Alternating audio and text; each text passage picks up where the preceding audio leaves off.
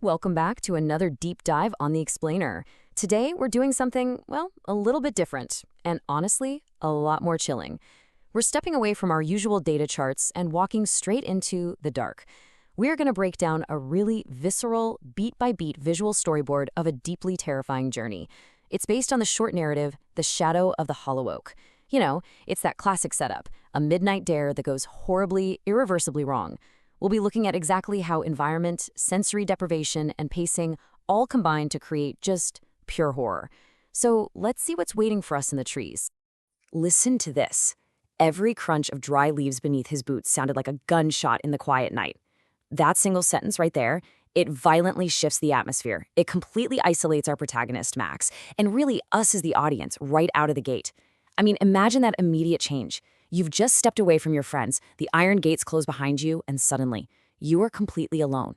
The environment isn't just quiet, it's aggressively silent. Every single movement you make is magnified, turning what should be a simple walk into an exercise in high-stakes sensory isolation. Chapter 1. The Forbidden Grove Entry.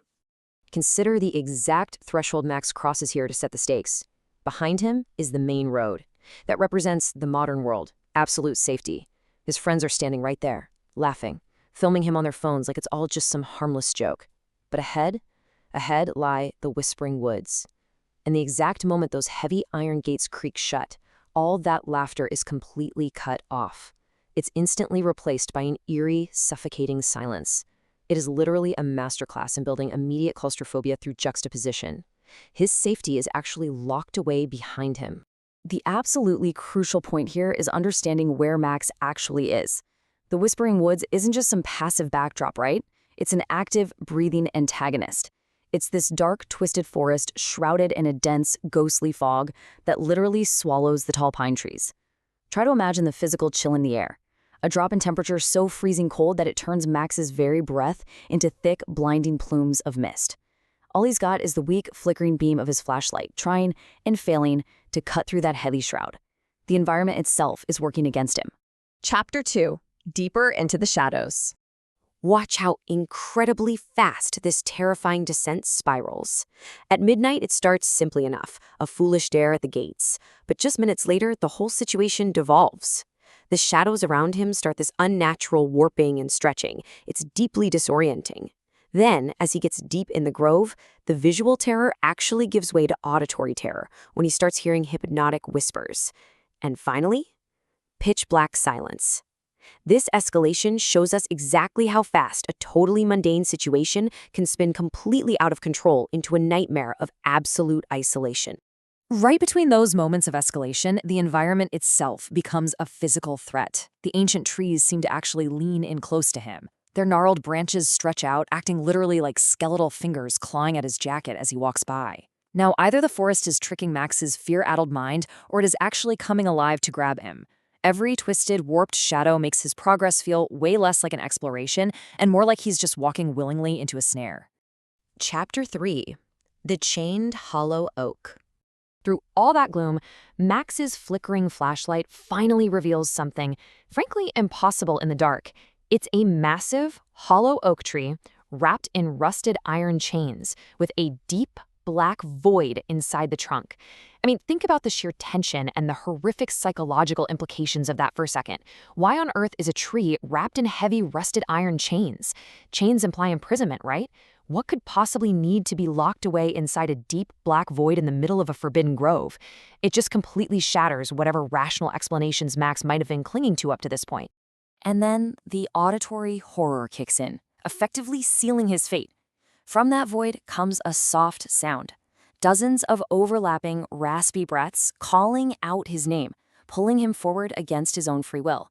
Okay, that is not a human voice. It's a hypnotic, collective whispering echoing directly from that hollow trunk. It's active, it specifically knows his name, and it's exerting this physical, magnetic pull on him. Chapter 4. The Monster Awakens. You know what's truly terrifying here? It's the psychological dread born from a complete loss of bodily autonomy. Max is absolutely terrified now. He finally tries to turn back, to run away to that main road and the safety of his friends. But his boots feel heavy. They feel glued to the damp mud. He is physically paralyzed, rooted to the spot, held captive by the very environment just as the climax of the story hits. The fight-or-flight response kicks in, sure, but the flight option has been totally removed. The actual entrapment happens in seconds. First, his only lifeline to the modern world, the flashlight, sparks, clicks, and dies completely. Instantly, because of that thick fog, pitch-black darkness, and absolute silence fall over the woods. Even the whispers stop. The isolation is absolute. And then, a loud, metallic snap echoes violently through the trees as those rusted chains burst open. Whatever was locked inside that tree has just been unleashed. Out of that absolute pitch-black void, two glowing crimson eyes ignite within the hollow trunk, hovering high above the ground.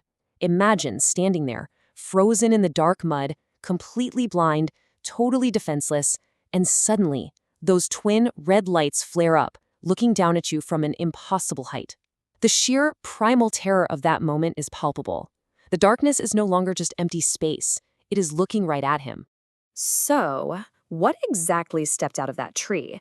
It's a towering, shadowy silhouette stepping right out of the thick fog. We know it's incredibly tall because of the height of the eyes, and it has these elongated limbs. But honestly, perhaps the most chilling auditory detail is how it moves, with spider-like clicking movements. It's not just large, it's unnatural, it's insectoid, and it is rapidly closing the distance. The creature lunges. It all happens in a violent blur. Max finally breaks his paralysis just enough to let out a blood-curdling scream. But it simply vanishes into the night. The heavy fog, the twisted trees, the absolute suffocating isolation of the whispering woods, they swallow his scream whole. His friends out on the road, they hear absolutely nothing. It is a terrifying finality. Which leaves us with one final haunting thought. The iron gates shut, the flashlights die, and the modern world fades away. When you are completely stripped of your safety and left totally alone in the silent woods, what really waits in the dark? Well, I'll leave you to think about that. Thank you so much for joining me for this explainer. Catch you on the next one.